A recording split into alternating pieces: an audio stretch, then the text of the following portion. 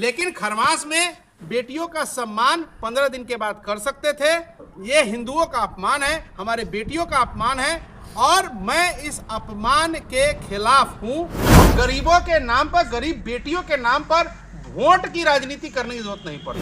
ढाका विधानसभा की जनता को डराना चाहते हैं क्या? ढाका विधानसभा के लोगों को आप अपनी दबंगई, अपना पावर दिखाना चाहते हैं? खरमास में बेटियों की विदाई यह सम्मान समारोह नहीं होता। देखिए, प्रेस कॉन्फ्रेंस का कोई उद्देश्य नहीं है।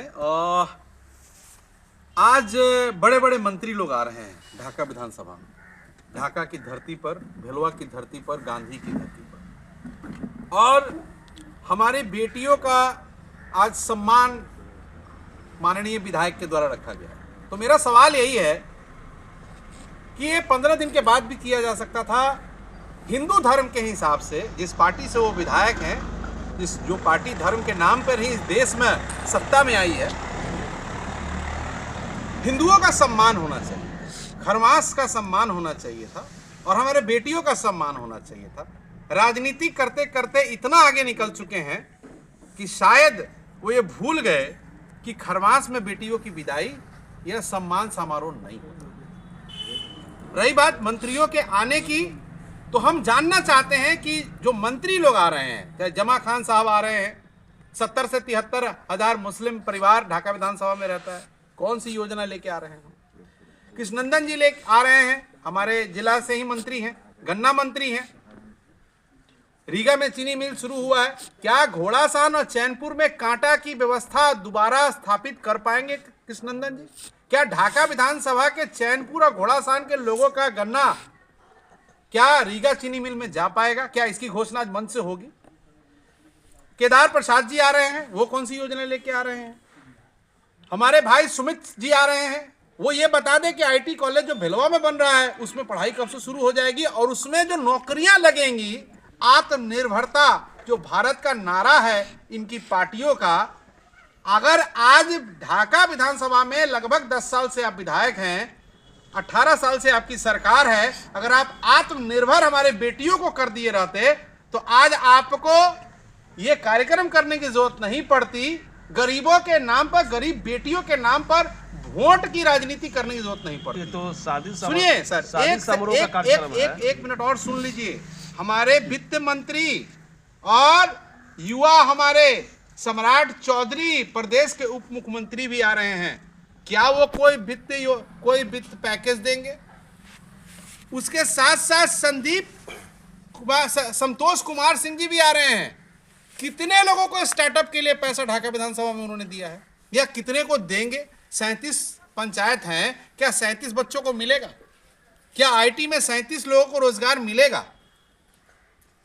मेरा सवाल यह है कि अगर केवल संस्कृति कार्यक्रम करना है, मंत्रियों को मंच पर बुलाना है, तो किसको आप ये पावर दिखाना चाहते हैं? ढाका विधानसभा की जनता को डराना चाहते हैं क्या? ढाका विधानसभा के लोगों को आप अपनी दबंगई, अपना पावर दिखाना चाहते हैं कि हम इतने मंत्रियों को बुला सकते हैं? मंत्री कब बेनिफिटेड होंगे, कब फायदेमंद पहुंचाएंगे? जब वो कोई योजना की घोषणा करें।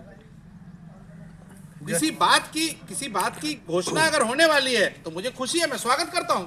अगर मंत्री लोग कोई भी घोषणा करेंगे, केवल नाच गाने से ध्यान हटाकर मंच से कुछ अच्छी बात होगी तो मैं उसका स्वागत करता हूं। लेकिन खरमास में बेटियों का सम्मान 15 दिन के बाद कर सकते थे। ये हिंदुओं का अपमान है, हमारे बेटियों का अपमान है और मैं इस अपमान के खिलाफ हूं और इसीलिए मैंने कल रात में ही लिखा है कि इस कार्यक्रम को 15 दिन के बाद किया जा सकता है। कई लोगों ने कहा कि आप भी कर लीजिए। बिल्कुल कर सकते हैं, किए भी हैं, करते भी हैं, लेकिन हम उसकी रोटी नहीं खाते हैं, हम उसके लिए वोट की रोटी नहीं भुनाते हैं। आप बेटियों का आप सम्मान करते हैं, बेटियों की शादी करवा रहे हैं, आप उसका जो बैंड बाजा बाराती निकाल रहे हैं, आप गरीबों का अपमान नहीं कर रहे हैं तो क्या कर रहे हैं? आप क्या कर रहे हैं? आप दिखा रहे हैं कि ये गरीब लोग हैं, मैं इनकी शादी करा रहा हूं, मुझे वोट दीजिएगा। यही तो प्रचार आप कराने चाह रहे हैं। खरमास में क्या जरूरत पड़ गई थी आपको? अरे खरमास में तो सब देवी देवता का भी दरबार भी बंद हो जाता और ये भी एक सवाल है कि अगर आप कहते हैं कि हमारे बहुत सारे मित्र हैं जो फंड देते हैं तब हम ये लोग काम करते हैं, तो उन मित्रों को भी मंच पे ले आइए, जानकारी तो हो कि वो कौन से मित्र हैं जो आपको पैसा देते हैं ये सब काम करने के लिए। ये इतना बड़ा अमाउंट आपके पास आता कहां से है? एक विधायक के पास इतना पैसा कहां से आता है? ये भी एक सवाल है। तो मेरा दो ही सवाल है, हिंदू होने के नाम पर या हिंदुत्व के नाम पर जो लोग वोट लेते हैं वो हिंदुओं का अपमान कर रहे हैं। खरमास में कार्यक्रम नहीं होना चाहिए। जितने भी मंत्री आ रहे हैं उन मंत्रियों को कोई ना कोई घोषणा जरूर करनी चाहिए, जिससे कि ढाका के 37 पंचायत के लोगों को और घोड़ासान के लोगों को फायदा हो।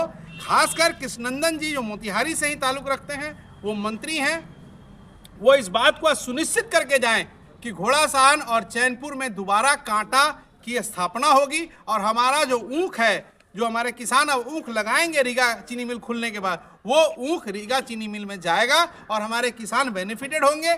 हमारे जो सम्राट चौधरी जी आ रहे हैं, मुख्यमंत्री जी ने कुछ दिन पहले एक गोवाबारी के पास एक पुल और भेलवा चिरैया रोड का घोषणा किया है। आज सम्राट चौधरी जी उसके फंड की घोषणा कर दें, उसका डीपीआर अगले 3 दिनों में तैयार करवा के दिखा दे, तो मैं मान जाऊंगा कि हमारे धरती पर उप मुख्यमंत्री और वित्त मंत्री आए थे। बड़े लोगों को बुलाने का फायदा ढाका विधानसभा के लोगों को होना चाहिए, केवल और केवल अपने नाम को चमकाने के लिए और अपनी ताकत दिखाने के लिए नहीं होना चाहिए। ढाका की जनता इतनी मूर्ख नहीं रही। सड़क का तो मुख्यमंत्री घोषणा कर चुके हैं। घोषणा कर चुके हैं मेरे भाई, कोई बनता ही नहीं है। नहीं, घोषणा कर चुके हैं तो उसका डीपीआर बनेगा। घोषणा तो ये जो आप रेलवे लाइन का, घोड़ासान का रेलवे लाइन का देखते हैं, इसका भी एनओसी रेल ने 1 साल पहले दे दिया है चकिया प्रमंडल को। इसका डीपीआर क्यों नहीं बना है? एक प्रतिनिधि की नियुक्ति क्यों होती है? इसी काम के लिए कि आप ये खोजते रहिए किसका डीपीआर बना, कौन सी सड़क का फंड आया, नहीं आया। जब इतने मंत्रियों से आपका संपर्क है तो पिछले 9 सालों में आपने क्या क्या किया ये भी बता दीजिए। इन मंत्रियों ने आपको क्या क्या दिया, कौन कौन सी योजना दी?